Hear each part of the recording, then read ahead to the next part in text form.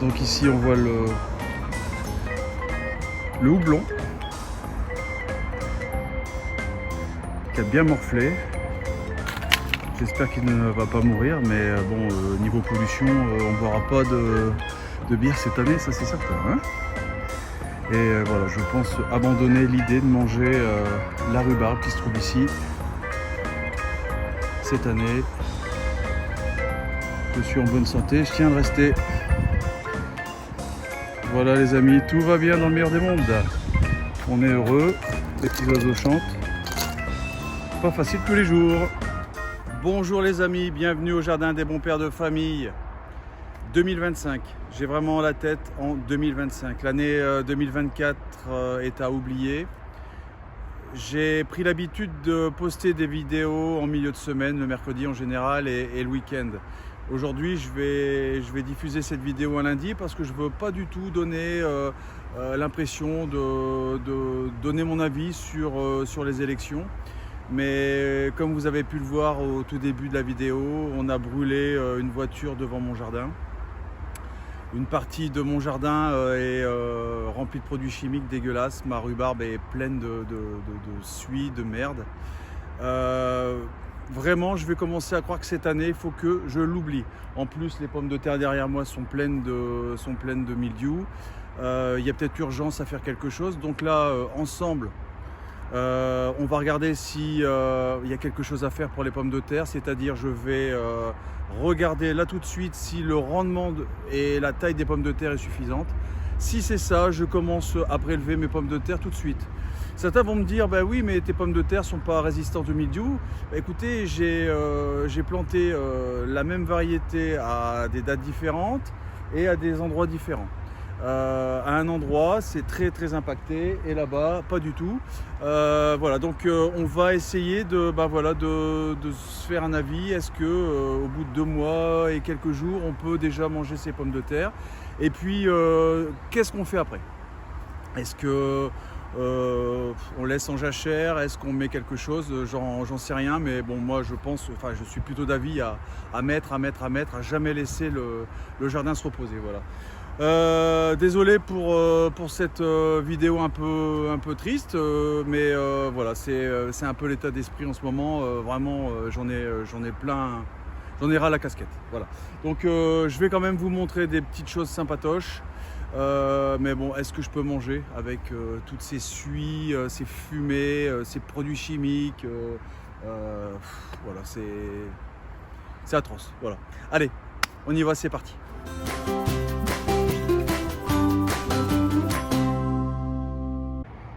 Donc ici devant vous, on va avec la fourche bêche que les voleurs ont bien daigné me laisser. Non. Que dis-je? Que les voleurs n'ont pas vu. Voilà. On va au hasard, par exemple ce pied-là, on va déterrer quelques bulbes et voir si le mildiou a un impact ou pas. Et puis si je vois, par exemple par chance, parce qu'il y a quand même eu beaucoup d'eau, de nombreux bulbes d'un calibre suffisant pour faire des pommes de terre vapeur, et ben je vais commencer à taper dedans tout de suite. Tant pis, on va pas attendre que tout se détériore et que ça aille jusqu'au bulbe. Tout au moins, si je peux en manger, eh bien j'en mangerai et me régalerai. Voilà. Allez, on continue. Voilà les amis. Donc voilà les amis. Regardez, toute la végétation a été brûlée. Ma rhubarbe est dégueulasse. Voilà.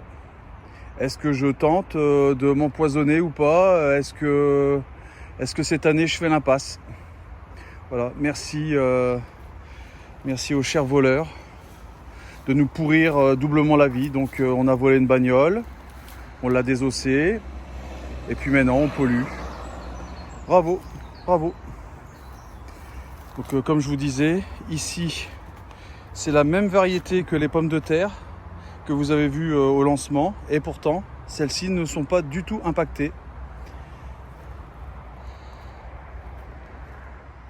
Alors le mildiou commence à taper les tomates. Mais le plus drôle, c'est que ça a tapé plus les tomates de l'autre côté qui étaient isolées, totalement seules. Celles qui voilà, sont regroupées ici ont eu moins de mildiou.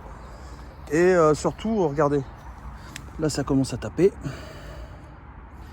Mais ce sont les tomates qui étaient seules, isolées, aérées, qui ont été impactées en premier. Mais bon, malheureusement, je crois que celles-ci, elles vont être bientôt arrachées. Hein. Là aussi, je le crains, je le crains.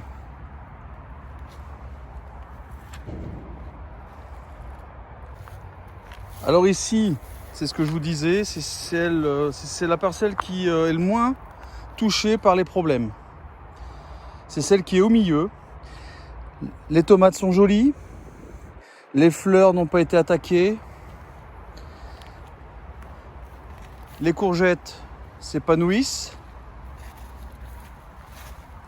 Voilà. Et ici, j'ai retiré 2 ou 3 kilos sur une seule rangée des patates que j'avais oubliées l'année dernière. J'ai facilement retiré 3-4 kilos de pommes de terre. On va les goûter tout à l'heure. Et évidemment, ici, tout de suite, voilà, on a planté haricots, salades, carottes. Tout de suite, on laisse pas le terrain se reposer. On arrosera ce soir, mais voilà, tout de suite on a mis. Ici les pâtissons. Alors encore une fois, c'est pas gravissime, mais j'ai acheté au magasin des courgettes. Et dans la catégorie courgettes, quelqu'un s'est amusé, ou alors ils se sont trompés, mais mettre le pâtisson. Voilà. Donc c'est amusant. Et pareil, ça c'est pas une courgette. Mais normalement, ça devait être une courgette. Voilà, donc tout a été mélangé, malheureusement. Et ça, j'aimerais que dans les magasins, on fasse plus attention. Mais bon, c'est juste drôle. C'est pas gravissime. Ici, la menthe qui commence à prendre sa place.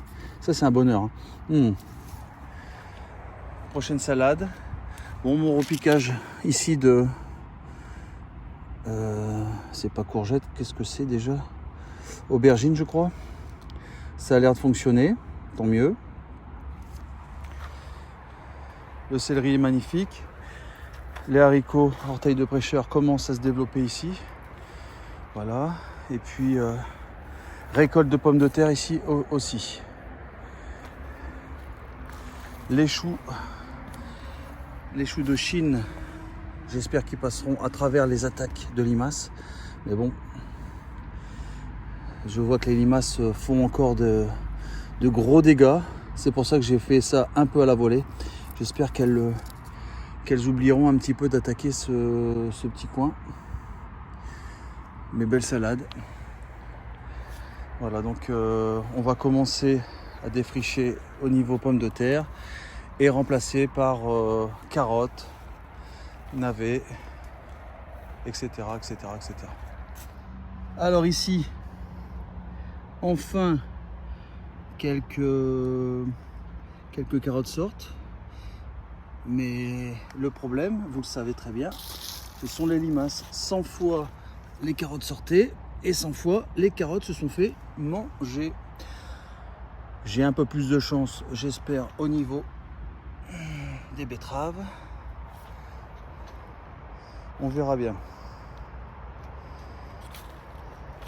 La ligne de pommes de terre que j'ai mis au 25 mars, qui est jolie. Mais comme elle est moins impactée par le mildiou, je vais la laisser encore et je vais taper plutôt dans l'autre. De toute façon, on fait ça ensemble juste après. Ici, je ne sais pas à quoi m'attendre. Là, je vois déjà que des grosses attaques de limaces. On va voir ce que ça donne. Des betteraves. Et puis les poireaux qui commencent à retrouver de la vigueur après leur transplantation.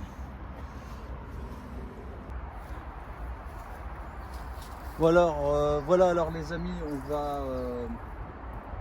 prélever ici parmi les vers de pommes de terre les plus impactés. On va voir ce que ça donne. Si j'ai des pommes de terre en nombre d'un calibre suffisant, je vous dis, je commence déjà à taper dedans. Celles-là, ça fait 2 mois et quelques jours qu'elles ont été implantées. Pareil là-bas, mais là-bas, 0 mildiou. Ici, mildiou. Je comprends pas. Mais bon, c'est la vie. Allez, c'est parti, on fait ça ensemble.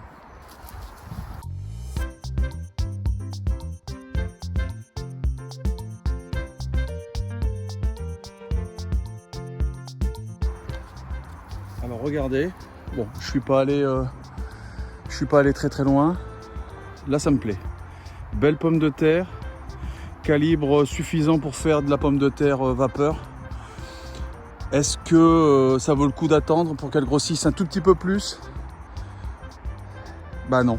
Donc à partir de maintenant, je vais commencer à prélever parmi mes pommes de terre.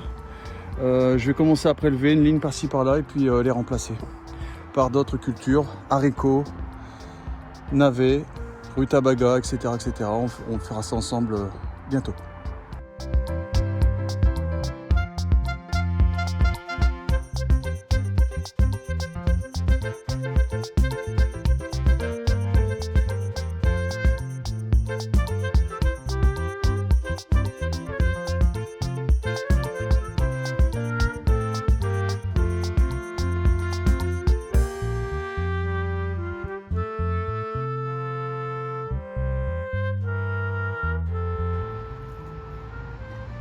Donc voilà la récolte sur 2 pieds.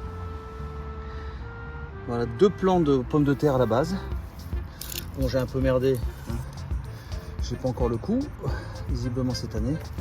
Mais bon, la quantité, le calibre, on pourrait faire mieux. Mais voilà, est-ce qu'aujourd'hui je peux me permettre d'attendre? Vu le mildiou, non. Donc on va commencer à prélever et à manger nos pommes de terre plutôt que de les perdre. On peut avoir confiance. Voilà, donc là il y a peut-être 1 kg sur deux pieds. C'est bien. Voilà, je suis quand même content. On va se régaler au moins et pas bouffer.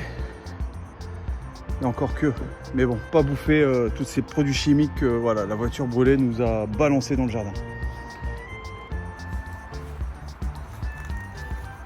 Voilà les amis, c'est le moment de nous quitter. Je suis encore désolé de vous offrir une vidéo où je suis un peu morose. J'ai tellement envie de vous montrer des choses intéressantes, vous montrer des techniques, mais on me savonne la planche en permanence. Voilà, si c'est que la météo, mais là même des facteurs humains extérieurs bousillent tout ce qu'il y a autour ici. Donc je pense à 2025, je me dis que cette année, je fais table rase. J'oublie, c'est pas grave si je réussis pas le potager d'octobre et d'automne. Tout ce que je veux, c'est voilà, penser à 2025 et réfléchir à toutes ces erreurs, tous ces événements qui sont arrivés cette année et comment l'année prochaine je pourrais les éviter.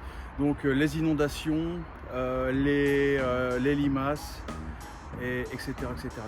Voilà, donc merci à 2024. J'ai appris pour 10 ans. J'ai appris pour 10 ans, ou tout du moins j'ai des nouvelles idées pour 10 années. Je vous souhaite une très très bonne semaine. Je vous dis à mercredi et portez-vous bien. Ciao ciao.